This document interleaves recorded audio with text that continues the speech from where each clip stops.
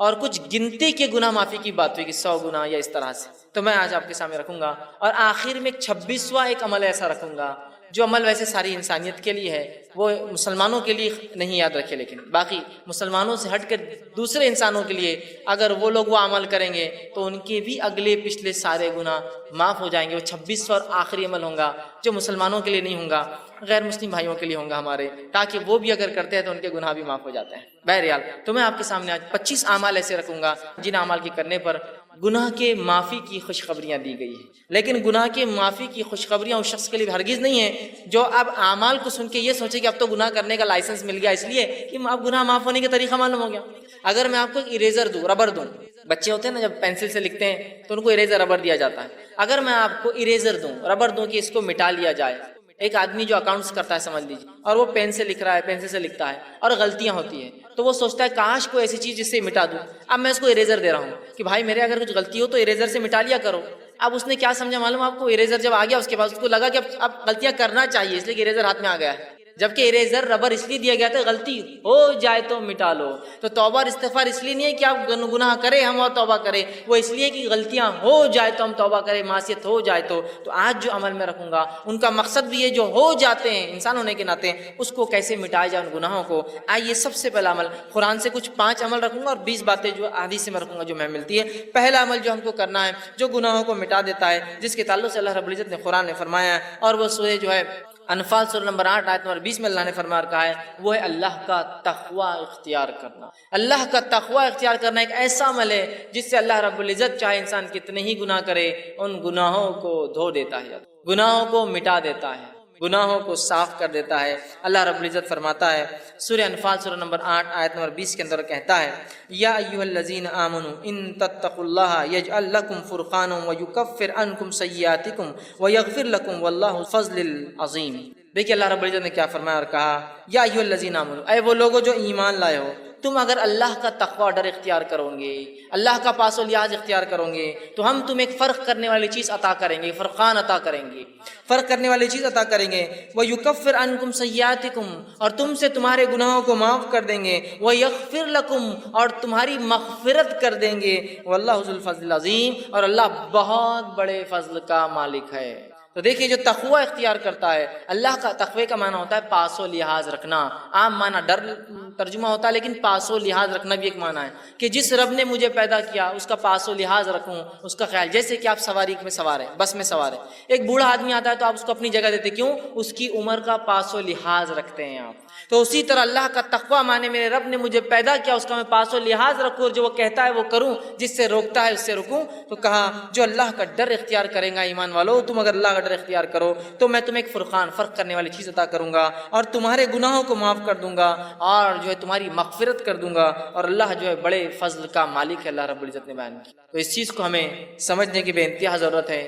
اللہ کے تقوی کی بہت بہت بہت بڑی اہمیت یاد رکھی شریعت، جو کہ آج ہم بھول چکے، یاد رکھیے بھول چکے۔ تقوی کے اتنے فائدے ہیں، اتنے فائدے ہیں۔ ویسے آج کا مرمان چونکہ وہ اعمال ہے جو گناہوں کو مٹا دیتے ہیں، اس لیے میں دوسرے فائدے نہیں رکھ رہا ہوں، اتنے فائدے اسی کو انتہا نہیں تقوی اختیار کرنے کے، لیکن افسوس کی بات ہے اللہ کا تقوی آج بہت کم ہمیں نظر آتا ہے، اس لیے کہ جس کے پاس اللہ کا تقوی ہو وہ ہر گناہ سے پہلے سوچتا ہے کہ میرے رب کو مجھے جواب دینا ہے، اس کا پاس و لحاظ رکھوں اور میں ان گناہوں سے اپنے نفس کو بچاؤں۔ اور جس کے پاس تقوی نہیں ہوتا، ہم دیکھتے ہیں وہ جانوروں سی اور من مانی زندگی دنیا میں گزارتا ہے۔ دوسری جگہ سورہ طلاق سورہ نمبر 65 آیت نمبر 4 اور 5 میں اللہ فرماتا اور کہتا ہے، وَمَن يَتَّقِ اللَّهَ يَجْعَل لَّهُ مِنْ أَمْرِهِ يُسْرًا، جو اللہ کا تقوی اختیار کرتے ہیں ہم اس کے کام میں آسانیاں کر دیتے ہیں۔ آگے فرمائے أَمْرِهِ يُسْرًا ذَلِكَ أَمْرُ اللَّهِ أَنزَلَهُ إِلَيْكُمْ وَمَن يَتَّقِ اللَّهَ يُكَفِّرْ عَنْهُ سَيِّئَاتِهِ وَيُعْظِمْ لَهُ أَجْرًا۔ دیکھیے اللہ کیا فرماتا ہے اگلی آیت میں کہ جو اللہ کا ڈر پاس و لحاظ اختیار کرتا ہے اللہ اس کے معاملات آسان کر دیتا ہے۔ اور اللہ رب العزت آگے فرما رہا ہے کہ اللہ نے جو ہے تمہارے طرف ایک اپنا ایسا حکم اتارا ہے کہ اگر اس حکم کے مطابق تم تقوی اختیار کرو تو اللہ تمہارے گناہوں کو جتنے سیئات ہیں اس کو معاف کر دیں گا، اور اللہ تعالیٰ بہت بڑے اجر دینے پر قادر ہے، بہت بڑے اجر کا مالک ہے۔ تو یہاں بھی دیکھیے تقوی اختیار کریں گے تو معافی کی بات ہوئی، ہمارے گناہوں کو مٹا دینے کی بات ہو رہی ہے۔ تو سب سے پہلا کام مجھے اور آپ کو جو کرنا ہے وہ اللہ کا تقوی اختیار کرنا ہے، اس لیے کہ اس کے بہت سارے فائدے ہیں۔ نبی اکرم صلی اللہ علیہ وسلم جو خطبہ حاجہ پڑھتے ہیں، اس خطبہ حاجہ میں یہ آیت آپ بار بار جو ہے تلاوت کیا کرتے تھے، جو میں نے بھی خطبے کے ابتدا میں پڑھی، یا ایھا الذین آمنوا اتقوا اللہ وقولوا قولا سدیدا، اے وہ لوگوں جو ایمان لائے ہو سیدھی اور سچی بات کرو، یصلح لکم اعمالکم، اللہ تمہارے اعمال کی اصلاح کرے گا، ویغفر لکم ذنوبکم، تمہارے گناہوں کو معاف کرے گا۔ تو یہاں بھی دیکھیے اللہ رب العزت نے فرمایا کہ یا ایھا الذین آمنوا اتقوا اللہ، اے وہ لوگ جو ایمان اللہ کا تقوی اختیار کرو، اگر تقوی اختیار کرو گے تو تمہارے اعمال کی اصلاح کریں گا، ویغفر لکم ذنوبکم، تمہارے گناہوں کو بھی معاف کر دیں گا۔ تو یہ بے انتہا ہمارے لیے ضروری ہے کہ ہم اللہ کا تقوی اختیار کریں اگر ہم چاہتے ہیں کہ اللہ ہمارے گناہوں کو معاف کرے۔ دوسرا عمل ہمیں جو کرنا ہے، جو قرآن سے ملتا ہے، جس کی اختیار کرنے سے انشاءاللہ ہمارے گناہ دھل جائیں گے، معاف ہو جائیں گے، مٹا دیے جائیں گے، اللہ انہیں بخش دیں گا، اپنی رحمت سے انہیں ختم کر دیں گا، وہ عمل ہے اطاعت رسول صلی اللہ علیہ وسلم۔ نبی اکرم صلی اللہ علیہ وسلم کی اطاعت سارے زندگی کے ہر شعبے میں، پیدائش سے لے کر موت تک، لمیٹڈ ایڈیشن نہیں۔ ہمارے پاس سنت کی بات، اتباع سنت کی بات بہت مختصر ہوتی ہے، کبھی کبھار ہوتی ہے نا، بہت مختصر۔ کب جب جھگڑا ہو جائے تو چل رہا حدیث میں کیا آتا ہے چلو دیکھیں گے، عام اس میں نہیں، جب تک جھگڑا نہیں چلنے دو جو چل رہا ہے معاملہ ہے نا۔ یہ بڑی اہم چیز ہے زندگی کے ہر شعبے میں، ہر شعبے میں، کہ ہماری پیدائش کتاب و سنت کے مطابق، ہمارے جو ہے موت کتاب و سنت کے مطابق، ہمارے نکاح کتاب و سنت کے مطابق، ہمارے معاملات کتاب و سنت کے مطابق، ہمارا لین دین کتاب و سنت کے مطابق، ہمارے اخلاق کتاب و سنت کے مطابق، ہمارا اٹھنا، سب چیزیں نبی اکرم صلی اللہ علیہ وسلم کے مطابق ہو۔ یہ نہیں کہ بس زندگی کے مخصوص شعبہ میں تو اختیار کر لیے، باقی میں وہی معاملہ چل رہا ہے۔ اطاعت رسول صلی اللہ علیہ وسلم کا نتیجہ یہ ہے، سورہ آل عمران سورہ نمبر 3 آیت 31 میں اللہ نے فرمایا، جو خطبے میں نے آیت تلاوت کی، قل ان کنتم تحبون اللہ فاتبعونی یحببکم اللہ ویغفر لکم ذنوبکم واللہ غفور الرحیم۔ اے نبی کہہ دیجئے، قل ان کنتم تحبون اللہ، اگر تم اس کا دعویٰ کرتے ہو کہ تم اللہ سے محبت کرتے ہو، فاتبعونی، تو تمہیں، اے نبی کہہ دیجئے لوگوں سے، اگر تم دعویٰ کرتے ہو اللہ کی جو ہے محبت کا، تو میری اتباع کے سوا کوئی چارہ نہیں ہے۔ نبی کو کہا جا رہا ہے کہو وَيَغْفِرْ لَكُمْ ذُنُوبَكُمْ، اور جو نبی کی اتباع کریں گا اللہ اس کے گناہوں کو معاف کر دیں گا، واللہ غفور الرحیم، اللہ بہت زیادہ بخشنے والا اور رحم کرنے والا ہے۔ تو یہاں دیکھیے بات واضح ہو رہی ہے، اور ایسی کئی آیتیں ہیں، سینکڑوں آیتیں قرآن میں، کہ نبی کی اتباع کرنے والے کے گناہ معاف ہو جاتے ہیں، اور نبی کی موجودگی میں تیز آواز سے بات کرنا بھی اعمال کو برباد کرنے کے لیے اور جہنم میں جانے کے لیے کافی ہوتا ہے۔ دونوں ہی بات یاد رکھیں، نبی کی اتباع گناہوں کو معاف کر دیتی ہے، اور نبی کی نافرمانی اس حد تک کہ نبی کے موجودگی میں تیز آواز سے بات کرنا بھی انسان کے جو ہے گناہوں کو معاف کر دے، جو ہے انسان کے جو ہے نیکیوں کو، اگر نبی کی موجودگی میں تیز آواز سے بات بھی کرے تو اس کی نیکیاں برباد ہو جاتی ہے، یاد رکھیے، اس کے نام عمل خالی ہو سکتا ہے۔ جو ہے حجرات اٹھا کر آپ دیکھیے، ابتدائی آیت ہے اسی پر ہے، نبی کی موجودگی میں تیز آواز بھی نہیں کرنا ہے، یاد رکھیے، یہ بات بڑی اہم ہے۔ اور نبی کے ادب میں ایک چیز یہ بھی یاد رکھیے، نبی کے ادب میں یہ چیز شامل ہے کہ نبی کا نام لے کر نہ پکارا جائے۔ اللہ رب العزت نے اپنی کتاب میں رسول اکرم صلی اللہ علیہ وسلم کو صرف 4 بار نام سے پکارا ہے۔ ایک بار تذکرہ تو عیسیٰ علیہ السلام کے واقعے میں ہو کہ عیسیٰ علیہ السلام نے بشارت دی کہ میرے بعد ایک نبی آئیں گے جس کا نام احمد ہوگا، واقعے کو پوچھو کہ اس میں تذکرہ ہے، 4 بار نام لیا، صرف 4 آیتیں صرف۔ اس کے بعد جو اللہ رب العزت نے یا ایھا الرسول، یا ایھا النبی، یا مدثر، یا مزمل، ہے نا، نام لیا۔ ادب ہے، ان لوگوں کو غور سے سننا چاہیے جو دھڑلے سے چلا کر یا محمد یا محمد کتنی بار بول رہے ہیں، یہ ادب ہے نبی کا، اور پتہ نہیں گا رہے ہیں اس کو، اور پتہ نہیں گانے میں 1000 بار وہ نام آ رہا ہے۔ نبی اکرم صلی اللہ علیہ وسلم کا نام آنے پر آپ پر درود بھیجنا ہم پر واجب ہے۔ تو اللہ عزت کر رہا ہے اپنے نبی کی، اور اللہ نے نام بہت مختصر 4 ہی بار لیا صرف اپنے نبی کا، یہ ادب ہے نبی کا، یاد رکھیں۔ صحابہ بھی اللہ کے رسول صلی اللہ علیہ وسلم کو نام سے نہیں پکارتے تھے، یہ بات سن۔ تو اطاعت رسول اتنی اہم چیز ہے کہ اطاعت کرو گے جنت میں جاؤ گے، گناہ معاف ہوں گے، اطاعت نہیں کرو گے، صرف نبی کی موجودگی میں تیز آواز بھی کرو گے تو اپنے نام اعمال کو جو ہے خالی پاؤں گے روز قیامت نیکیوں سے۔ تو نبی کی اطاعت، فرما برداری، یہ بڑی اہم چیز ہے۔ صحیح بخاری کی روایت ہے، نبی اکرم صلی اللہ علیہ وسلم نے فرمایا، کہا کل امتی یدخلون الجنۃ الا من ابا، میرے سارے کے سارے امتی جنت میں جائیں گے سوائے ان کے جو انکار کر دے۔ سوال ہوا، پوچھا گیا، قیل من ابا یا رسول اللہ، اے اللہ کے رسول صلی اللہ علیہ وسلم کون انکار کریں گا جنت میں جانے سے؟ فرمایا، قال من اتانی دخل الجنہ، جس نے میری اطاعت کی وہ جنت میں جائیں گا، ومن عصانی فقط ابا، جس نے میری نافرمانی کی اس نے خود جنت سے انکار کر دیا دنیا کے اندر۔ بڑی اہم باتیں یاد رکھیے، تو ہم اطاعت رسول کو اپنے اوپر لازم جان لیں اور ہر زندگی کے شعبے میں یاد رکھیں۔ تیسرا وہ کام جس کے کرنے سے انشاءاللہ اللہ ہمارے گناہوں کو معاف کریں گا، ہم کو پاک کر دیں گا، صاف کر دیں گا، وہ ہے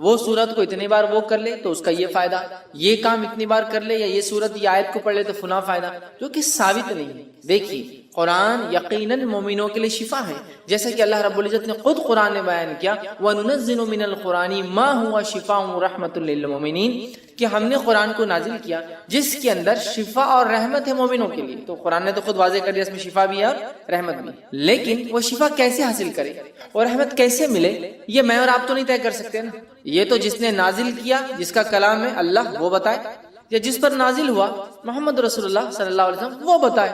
لیکن ہمارے پاس اتنے فضائل مختلف صورتوں کے ہم نے خود ایجاد کر لی۔ اچھا یہ عجیب و غریب بات ہے، جس کے فضائل ثابت ہے وہ غائب ہے، جس کے ثابت نہیں ہے وہ ایسے دھڑلے سے چالو، اسی کو انتہا نہیں۔ اب کوئی یہ سوال کر سکتا ہے بھائی قرآن تو ہے نا، قرآنی آیت تو ہے نا، قرآن کی سورے ہے نا، تو کیا ہوا پڑھ لیے تو، کیا ہوا گنتی طے کر لیے تو، کیا ہوا فکس تعداد بنا لیے تو، کیا ہوا ایک دن فکس کر لیے تو۔ میرے بھائی ایک دوا جب ڈاکٹر لکھتا ہے تو وہی بتاتا ہے کہ اس کا استعمال کیسے کیا جائے، میں دوا ہی تو ہے نا، ہے طریقہ بھی بتا جائے۔ تو قرآن ہے یقیناً شفا ہے، رحمت ہے، برکت ہے، مغفرت ہے، دنیا اور آخرتی کامیابی ہے، لیکن یہ کامیابی کے لیے، یہ شفا، یہ رحمت، یہ برکت، یہ مغفرت کے لیے مجھے اور آپ کو اس کتاب کو ویسے ہی فالو کرنا پڑے گا جیسے بتایا گیا۔